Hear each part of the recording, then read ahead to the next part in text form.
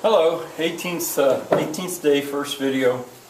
It occurred to me that 180 school days, this course is 1/10 done. Kind of amazing, really. I'm having fun. Field trip this weekend. Maybe I'll do it today still, but it's raining, and I literally want to take you out into the field, or take the camera out into the field. I'll tell you about that later. All right, let's see. In the chronological survey, 18th or 19th section, it's tabbed in. I would like you to write down fiber use. It's something that at a certain point humans figured out how to do. They figured out how to actually use fiber. And really, you can do an awful lot of stuff with fiber. What can you do? Well, one of the first things you do, I think, normally is twist it. If you're ever messing around with some fiber, if you twist it, you've got something you can, if you want to thread a needle or something, you twist it. So you can twist it, you can braid it like you braid your hair, and if you twist it and then braid it, you can do a triple braid or a double braid, triple braid or a quadruple braid. You can knot it if you take fiber and you knot it. That's something to do. And in school at this point, I would take baler twine in, and we would mess around with baler twine. That twisting business, well, I'll tell you about that in a moment. You can stitch with fiber. You can stitch with fiber. Well, you could also stitch with rawhide, I suppose, if you cut it. And of course, that is sewing. That ends up producing sewing. And you can weave with fiber. If you've got a warp and a weft, those are the two things that they're called, a warp and a weft. Ultimately, you can make cloth. But long before that, well, let me go on to tell you what can be done then. I mean, humans figured this out. One of the things about fiber, though, is it doesn't last that long. And so unlike stone tools or pottery, it's hard to find a record of it, or what people did and at what point. It's more perishable. Well, anyway, given these things, what can you do? Well, you can make rope. There's a demonstration I used to love to do with baler twine. Take 3 kids and have them twist. All 3 of them twist baler twine at the same time. And if they twist in the same direction, that baler twine, which really is called yarn, if it's just twisted once, that's yarn, it would twist upon itself and make what's called rope. And then if you take those pieces of rope and keep twisting them, then it would make something called cable, I think, is the next step. And if you take those and twist them together, then you've got a hawser. In the rope making, in the technology of rope making, there's names for this: yarn, rope, cable, hawser, something like that. Anyway, I used to like to show kids how to do that. It's kind of neat, twisting it. Well, so you can make rope. With knotting, you can make a net. And I like to point out that, if you know that knot used to make a net, now that takes a wooden needle. And to be honest, all my life I always wanted to know that knot and be able to do it. Now that I'm retired, maybe I'll actually make a net. I've watched guys do it. It's in Africa, actually. I have this memory of a summer in Africa where I watched fishermen making their nets with their wooden needles. Anyway, if you have a net and you stretch it across a river, you can catch everything that was going up and down that river. And I like to point out to the kids that if I had to, I could probably keep them fed, throughout a year. Now, it would break Pennsylvania law to put a net across a river and catch everything that went through there. But look what could be done with that. If you stitch, which really is the same as sewing in a way, you can make clothing.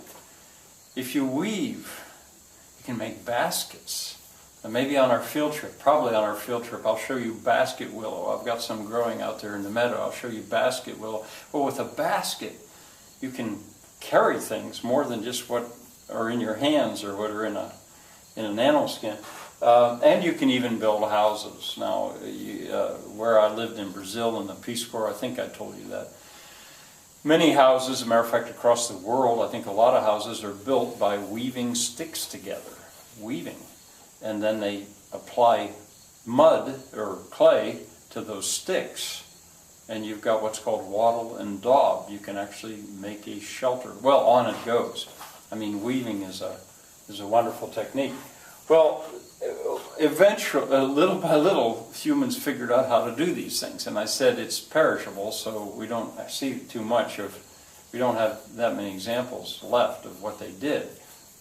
All right, anyway, still in that section, the chronological survey, maybe you put plant awareness.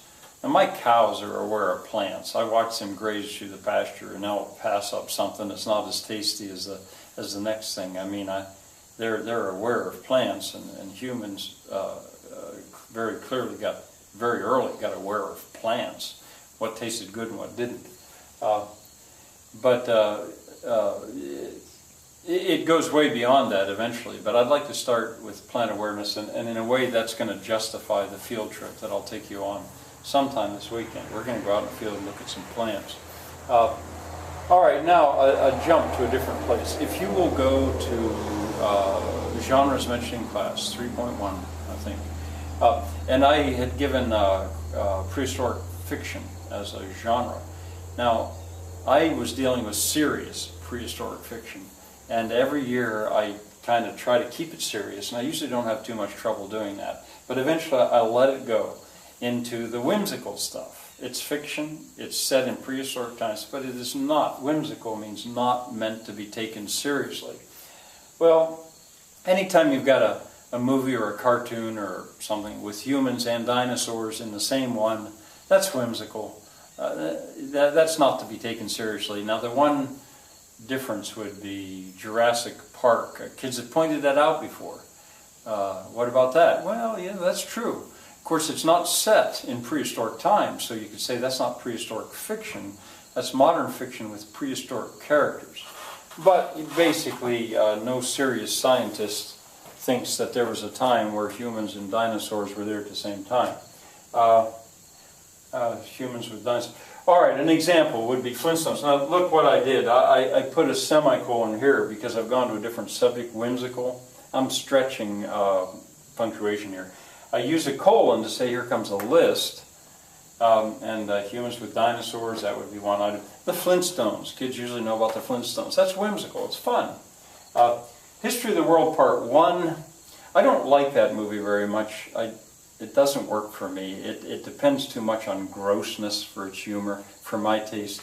But I sometimes would like to show the very beginning of it, the skits at the beginning, where they show discovery of music and weapons and stuff. It's kind of funny. There was a Bud Light commercial that I used to like to use because it had an allusion to Quest for Fire. It had an anachronism. I'll tell you about them, I think, later on. There was a pun on the caveman ran off and said, the big guy says, "Get me a light." And off he goes, and he comes back with fire. He says, "No, I meant a Bud Light." Then he comes back with these bright aluminum cans. And he says, "Great, now go get pizza." This was about a 15-second commercial, but I used to like it so much. Caveman, a movie with Ringo Starr in it. That one is the one I would like you to watch some of now. That's kind of your assignment. I show, you got to be careful with it. A lot of these, I don't just show the whole thing. But I like to show up through the bug squashing, which is about 10 minutes into it. There might be some stuff before that you want to go across. But I like to hear the kids go, "Ew," when they hear when they see that bug get squashed. Then I like to show the discovery of music. This is whimsical. I mean, this is having fun. Fire, it's used for cooking, and then fire for defense. And in it, while I'm on this, in it you will see or you'll hear an allusion to a movie called 2001: Space Odyssey, the music when they find some discovery. I don't know if kids even would realize anymore that that's an illusion, but the music is very, very similar. I've been going fast. I think I'm going to take a second video today and then a field trip because there's a little bit more I'd like to teach you. So I hope you come back again today.